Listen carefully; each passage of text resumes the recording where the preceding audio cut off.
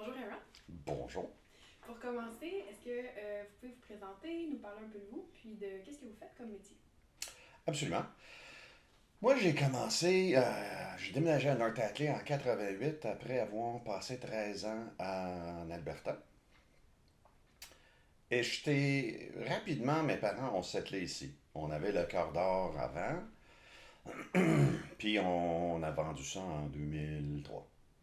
Après ça, j'étais allé plus tard dans l'immobilier. Donc, j'ai beaucoup d'expérience en gestion d'immeubles, gestion de projets immobiliers. Euh, J'avais tout le temps mes projets à temps et sur budget.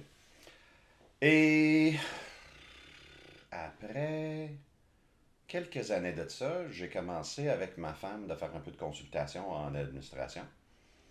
Et là, je me suis décidé de retourner à faire une troisième bac qui était en finance. La première était en génie mécanique, c'était incomplété, mais j'étais jeune à l'époque et facilement distrait. Et j'ai fait un autre bac en littérature en anglais Ok. et art de la scène, donc vraiment le théâtre plutôt technique. Ok. En 2017, j'ai complété le bac en finance. Puis j'ai continué à faire la consultation. J'ai vraiment aimé ça, joindre la théorique avec la pratique. Parce que comme je ne suis pas un académique qui a jamais eu d'expérience, moi j'ai comme 20 ans d'expérience en industrie avant que j'ai retourné à l'école. Donc il y avait vraiment beaucoup de euh, framework, t'as une minute, beaucoup de gabarits théoriques là, Ouais. qui étaient plutôt intéressants de voir comment la théorie puis la pratique se rejoignaient. En 2019, au printemps, malheureusement, le prof d'administration à Champlain, à Lennoxville, a tombé malade. Et ils m'ont appelé un peu en panique le mercredi pour dire est-ce que vous pouvez m'envoyer votre CV d'ici 4 heures?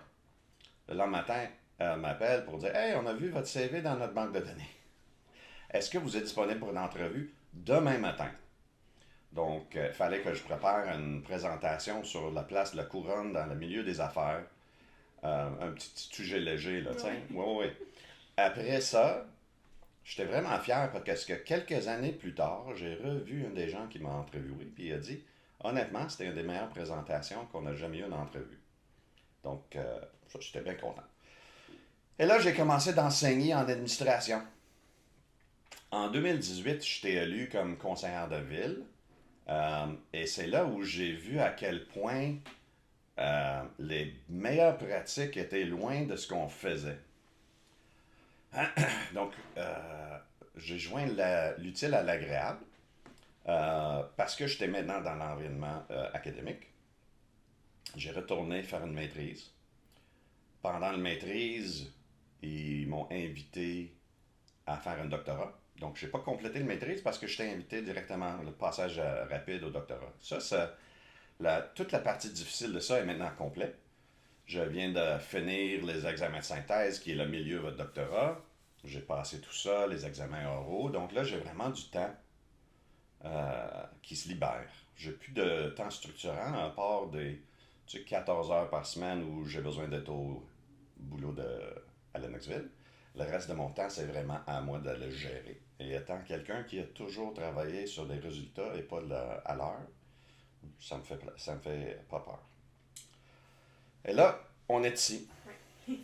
Puis, ma deuxième question, pourquoi souhaitez-vous représenter les citoyens et les citoyennes de North Ben, ma femme et moi, on a settlé ici. Tu sais, on n'est pas parti quand ma femme a déménagé avec moi en 2002.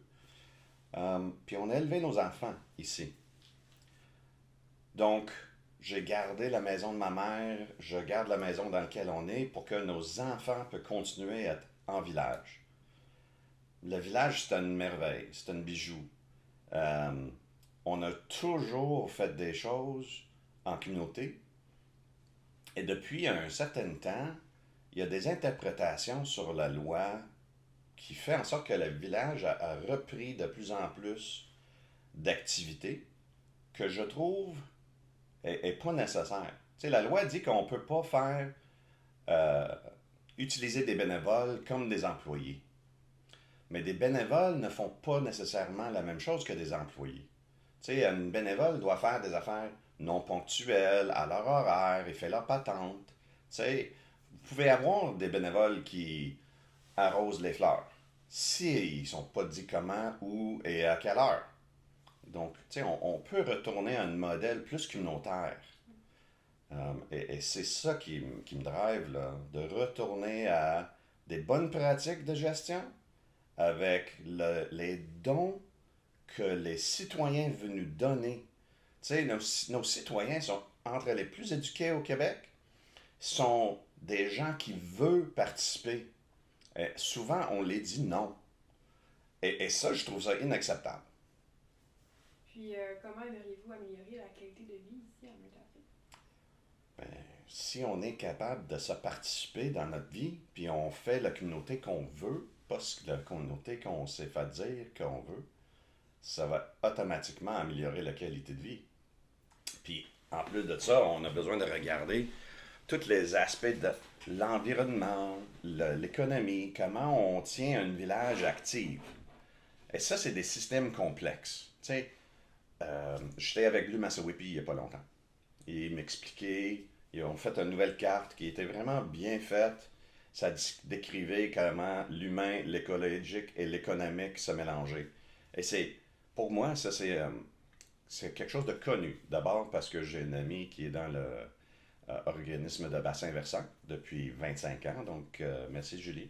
Euh, et des systèmes complexes, c'est vraiment ce qu'on fait en finance. Donc, quand on voit des systèmes qui ont chacun un impact sur l'autre, tu ne peux pas regarder comment juste augmenter l'économie sans avoir un effet sur l'humain et l'environnement. Tu ne peux pas juste améliorer l'environnement sans avoir un effet sur les humains et l'économie. Donc, il faut ajuster de façon itérative pour produire ce qu'on veut comme communauté. Tiens, c'est la même chose pour rejoindre les Anglais et les Français ici au village. On veut que ça soit une belle communauté parce que c'est ça qu'on veut. Donc, quelles seraient vos deux grandes priorités si vous êtes élu? Comme je pense que je souligne, vraiment une question d'ordre, de meilleure pratique et de communication claire qui complexifie pas les choses pour cacher des affaires ou pour se cacher en arrière des choses complexes. Moi, je pense que comme enseignant, comme académique, comme pratiquant, je suis capable de communiquer des choses à tout le monde de façon plutôt claire. Et c'est ça le grand feedback que j'ai quand je fais de la porte-à-porte. Là. Le monde sont confus. Euh, Puis je pense avec raison. Puis, pour terminer, quel serait votre endroit préféré à Murtafik? Il y en a tellement. Le point de vue sur l'ancienne ferme Virgin, magnifique.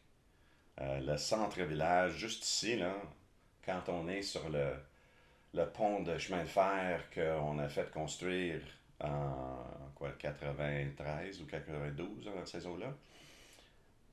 Tu sais, c'est mon père qui a participé à la construction de cette affaire-là. Donc, quand on voit vraiment de la point de vue du Dreamland Park, et on est dans la nature, on voit à quel point on est chanceux de vivre un centre municipal en environnement montagneux, avec autant d'eau. Tu sais, c'est vraiment des belles rappels à quel point ce qu'on vit est chanceux. Tu sais, on est chanceux de vivre ce qu'on a. Mm. Ouais, Mais merci beaucoup, Aaron. ben ça me fait plaisir.